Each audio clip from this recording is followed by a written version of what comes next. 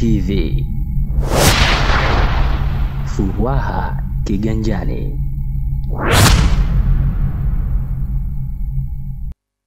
Haya yote sio umuhimu wa kwanza kwa mtu anaishi maisha ya imani, lakini haya ni sehemu ya mtihani wake, kwa sababu unapopewa dhamana, unapoajiriwa mahala, ukipewa jukumu, kama tulivyoambiwa hapa, kuna taasisi muhimu ya kwanza wanayoishi waumini ni ndoa. Wengi wenu bado mko makapera, lakini mkitoka hapa mtaingia kwenye maisha ya ndoa, na ndoa ni kama mbegu ya awali inayojenga jamii pana ya waumini au ya watu hata wasiokuwa waumini, wanazaliana pia.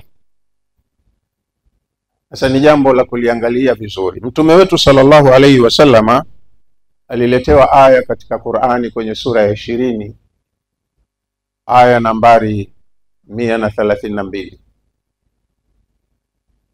inasema wa'muru ahlaka bis-salati wastabir 'alayha la nas'aluka rizqa nahnu narzuquka wal 'aqibatu littaqwa. Tafsiri yake, Mola Muumba anamwambia mtume wake ambaye sisi ni kiigizo chetu, kiongozi wetu, kapewa jukumu kubwa la kiuongozi la kuwatoa watu kwenye viza akawapeleka kwenye nuru, awalee katika lengo la mafanikio ya kupata hayo maisha ya uhakika ya baadaye.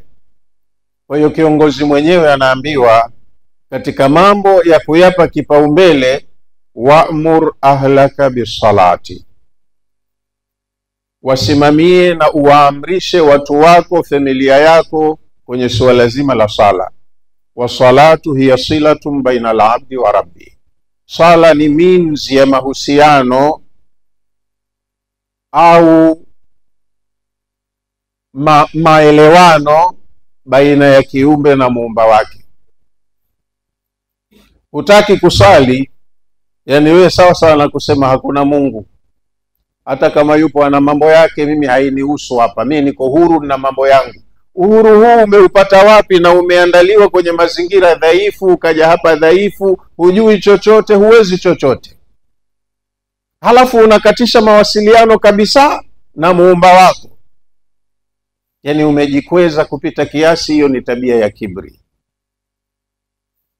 Hata kama utajisikia una mali au umesoma, wewe umekuja duniani huna mali, huna elimu, huna uwezo, huna nguvu, huna chochote, vyote umepewa, alafu yule anayekuhudumia, anayekutunza, huna maelewano naye. Sasa kipaumbele alichopewa mtume wetu, aangalie na asimamie mawasiliano baina ya viumbe na muumba wao. Yeye afanye hivyo na awasimamie watu wake kwenye hilo, na sisi sote ni katika watu wake, kwa sababu yeye tunamtambua ndiyo kiongozi wetu na ndiyo kiigizo chetu. Kwa hiyo mawasiliano yetu baina yetu na muumba ni jambo la awali, na tunaambiwa mtu mwenye tabia ya kusali, kama anasali lillahi ta'ala, anakuwa na good behavior, kwa sababu swala yake inakuwa inamlinda na kuteleza au kuwa na tabia mbaya. Inna salata tanha anil fahshai wal munkar, sala inakataza mambo machafu ya tabia na matendo maovu ya dhuluma na dhambi na mambo mengine. Na pia sala, wala dhikrullahi akbar, sala ndiyo dhikri kubwa zaidi katika adhkari za kumkumbuka Allah. Sasa wewe ukadharau kitu kikubwa kama hicho, unajidunisha, unajipotosha. Wallahu ya'lamu ma tasnaun, na Allah anajua yale ambayo hapa duniani mnafanya. Wewe unaweza ukafanya ukajisikia uko huru, unafanya kwa maamuzi yako mwenyewe, halafu yakapotea uliyoyafanya ukayasahau, lakini mbele ya Allah hayajasahauliwa. Kila unalolitenda limehifadhiwa na litakugharimu baadaye. Tuangalie sana maisha yetu, tuwe na tabia ya kuishi kwenye maisha ya kiimani. Jambo la pili katika nasaha zangu ni kwamba mko hapa chuoni, na chuo tukiachilia mbali kiimani, ingawaje ndo upande mzito zaidi. Hata wasiokuwa na imani, ukisikia watu wanasifiwa kwa maendeleo, nguvu ya maisha ya dunia, kiuchumi, kisiasa na kila kitu, ni kwa sababu wanawekeza kwenye elimu. Nyinyi ni wasomi. Baba yetu Adam kaumbwa vizuri, ana akili, ana uwezo wa kuongea, anafikiri, anatoa maamuzi, lakini baada ya hapo kitu cha ziada alichopewa, mpaka baada ya kupewa mtihani baina yake na malaika, alichofaulu ni kwa sababu alisoma. Elimu ndio ilomtofautisha yeye na viumbe wengine waliotangulia kuumbwa, mpaka wakaambiwa wampe heshima. Ni elimu. Mna kitu cha thamani sana, elimu. Alafu inakuwa ni kioja au kituko, yule msomi ndo anaonekana wa ajabu mitaani, anafanya mambo anayofanya mnyama. Inakuwa ni kioja. Heshimu hii aliyokupa Allah, elimu, ijapokuwa ni ndogo. Na kwenye Uislamu hakuna elimu ndogo, na kwenye Uislamu hakuna limitation ya kusoma, kwa sababu kutafuta elimu kwenye dini tunaambiwa minal mahdi ila lahdi.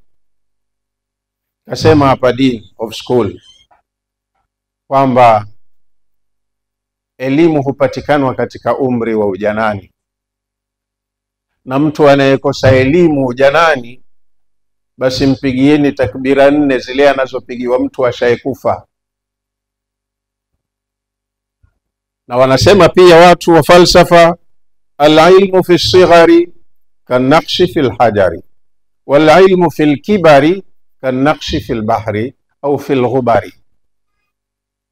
Elimu inayosomwa na mtu ujanani kwenye wakati wake wa udogo inakuwa imejikita kama maandishi ya kuchonga kwenye jiwe. Lakini mtu mzima pia anasoma, ila elimu ya uzeeni ni kama maandishi yanayoandikwa kwenye vumbi au yanayoandikwa baharini. Wewe upite Nungwi pale, alafu chukua mti uchore juu ya bahari, useme ninawaekea atakaokuja alama, yatakutikana hayo maandishi kwenye maji. Au andika kwenye vumbi pale mchangani, useme haya ninawaekea watu wanafuata alama zangu nyuma. Uandike kwenye mchanga, upepo ukija unafuta yale maandiko yote. Kwa hiyo wakati mzuri kwa kila jambo la binadamu ni wakati wake wa ujana, na ujana ndicho kitu kitakachokwenda kuuliziwa mwanzo. Kwa hiyo mko chuoni, mnahesabika ni wanafunzi wa chuo. Watu wote walioendelea duniani, msikie kuna nchi zinavuma, zina nguvu, ni kwamba zinatumia vizuri fani ya elimu. Kuna nchi katika hii dunia, sisi tulipata uhuru mwanzo kuliko hizo nchi, lakini sasa hivi zinaambiwa ziko kwenye dunia ya kwanza. Sie bado tuko dunia ya 3, kwa sababu hatu concentrate kwenye masala ya elimu. Watu wana vyuo vikuu, na vyuo vikuu huwa vina faida, vinazalisha researches zinazofanyika. Zile research ndizo zinazolipaisha taifa husika. Watu wanapiga hatua za maendeleo kwa sababu ya research zinazofanywa kwenye vyuo vyao vikuu. Sasa kama si tuna vyuo, halafu wanafunzi wanaingia na wanatoka kila mwaka, wanafanya researches, kwa nini hatunufaiki na hii rasilimali ambayo inapatikana kwenye vyuo? Kwa nini hatubadilishi staili yetu ya maisha?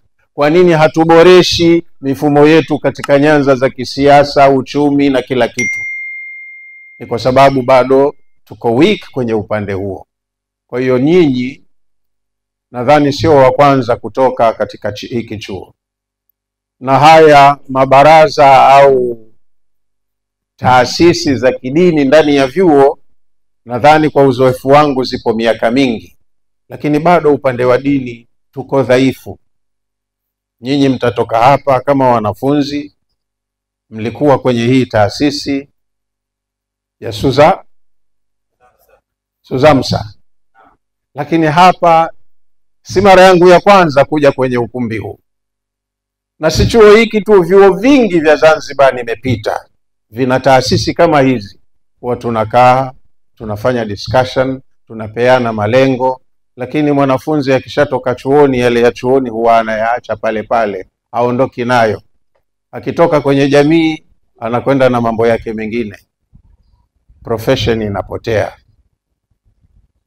Mtume wetu sallallahu alaihi wasallam akatumwa kwa watu wajinga, na yeye ndo akawa Muislamu wa kwanza peke yake, akaanza kuulingania huo Uislamu. Lakini aliweza kutengeneza watu, krimu ya watu ambao hata baada ya kuondoka kwake duniani walirithi na kuenzi ile kazi aliyoendelea nayo. Kwa hiyo na sisi tusiwe tunafanya vitu alafu tukavipoteza. Kila siku tunabuni kipya, baada ya muda tunakitupa. Tunabuni kipya, baada ya muda tunakitupa. Wenzetu walioendelea hawako hivyo. Kama taifa kuna sera ya taifa. Kama ni kampuni, basi kutakuwa kuna sera ya kampuni. Kampuni ipo, inaendelea na kila siku inaboreshwa. Wana kampuni wanaiboresha kampuni yao. Kama ni taifa, watu wa taifa, wananchi wanaboresha taifa lao. Sasa sisi tunaasisi vitu alafu vinakuwa vina evaporate. Huu si utaratibu mzuri. Ningelipenda tuenzi kama tulivyo na umoja wetu wa dini chuoni, basi tusisahauliane. Na kama nasaha zilizotolewa tuwe na cooperation na taasisi nyingine ambazo zina match na interest zetu na profession zetu, basi tuungane kwa lengo la kupata maarifa mapya na kuboresha tulicho nacho. Kama tutakuwa tuna dira, basi bila shaka juhudi yetu ya kutafuta ushirikiano na huyu ni kuongeza maarifa ili kuboresha ile dira yetu tufikie tunakokusudia. Lakini tunakokusudia kuzuri zaidi ni baada ya kumaliza maisha yetu ya dunia, tukirudi kwa Mola wetu kwenye maisha ya milele. Tukizembea kwenye masala haya, basi tunaweza tukaangalia starehe za dunia, anasa na mafanikio ya kiuchumi, alafu tukapoteza kila kitu kwenye masala ya maadili, dini, au kujenga nchi yetu au jamii yetu ya waumini kama tulivyopaswa kufanya. Kwa hiyo tuenzi hizi, tuzichukue fikra za dini na tukazifanyie kazi kwenye maisha yetu, kwenye familia zetu. Kwa kumalizia, nasaha zangu ni kwamba katika mambo muhimu sana kwenye dini ambayo sisi huwa hatuyapi umuhimu wake, na katika ibada bora kuliko ibada zote kwenye dini yetu ya Uislamu, ni birrul walidaini wa silatur rahimi. Anayejisikia kazaliwa anatakiwa awe ni mwema kwa wazazi wake wawili na awe ni chachu ya kuunga nasabu yake. Wa qadha rabbuka alla ta'budu illa iyyahu wa bil walidaini ihsana. Mola wako ndivyo alivyoamua. Swala la ibada asifanyiwe yoyote ila yeye. Kuabudiwa huabudiwa Mola muumba peke yake. Usitafute vitu vingine vya ajabu mkaabudia. Wengine wasomi sana katika dunia, wameendelea sana kwenye masala ya uchumi na fedha, wanaonekana wastaarabu kwenye uso huu wa dunia, lakini wanathubutu kusema hadharani bila ya woga, we are the devil worshippers. Lucifer is our God. Nadhani nyinyi wasomi mnajua misemo hiyo inatoka wapi. Sisi tunamwabudu shetani. Lucifer ndo Mungu wetu. Lucifer manake ni ibilisi. Na katika mambo aliyoyafanya Allah, kama nyinyi mnajivunia demokrasia, Allah kampa kiumbe wake uhuru wa kushindana naye. Ibilisi kapewa agizo, kalikataa hadharani, alafu kwa jeuri kabisa anaulizwa, kwa nini hutekelezi nilokuagiza? Kasema hili sitekelezi kwa sababu halifanani. Huyu unayeniambia ni mheshimu, na mimi bora zaidi kuliko yeye, kwa hiyo siwezi mimi bora zaidi, yeye aniheshimu mimi, sio mimi ni mheshimu yeye. Kwa hiyo Ibilisi kaanza upinzani hadharani, mbele ya malaika wote, mbele ya Mola wake aliyemuumba, na kaahidi aliyoyaahidi mnayaelewa, kwamba atayafanyia kazi hapa duniani kumthibitishia Allah kwamba hawa uliowatukuza kuliko mimi nitakuthibitishia kwamba hawana utukufu. Na sisi binadamu ndo wahusika, ndo walengwa wake, tunamthibitishia walaqad saddaqa alayhim iblisu dhannahu. Watu wamemthibitishia Ibilisi yale matakwa yake, wamemuhakikishia hayo, mzee umepatia, tutakuunga mkono. Fatabauhu, wakamfuata Ibilisi. Sasa na sisi ni Waislamu tunavyojinasibu, lakini mengi tunamfuata Ibilisi. Allah akasema suala la ibada abudiwe yeye tu. Kwa hiyo tunapotamka la ilaha illa Allah, iwe inatoka moyoni na vitendo vyetu vithibitishe hapa duniani hakuna tunayemwabudu kwa haki ila yeye.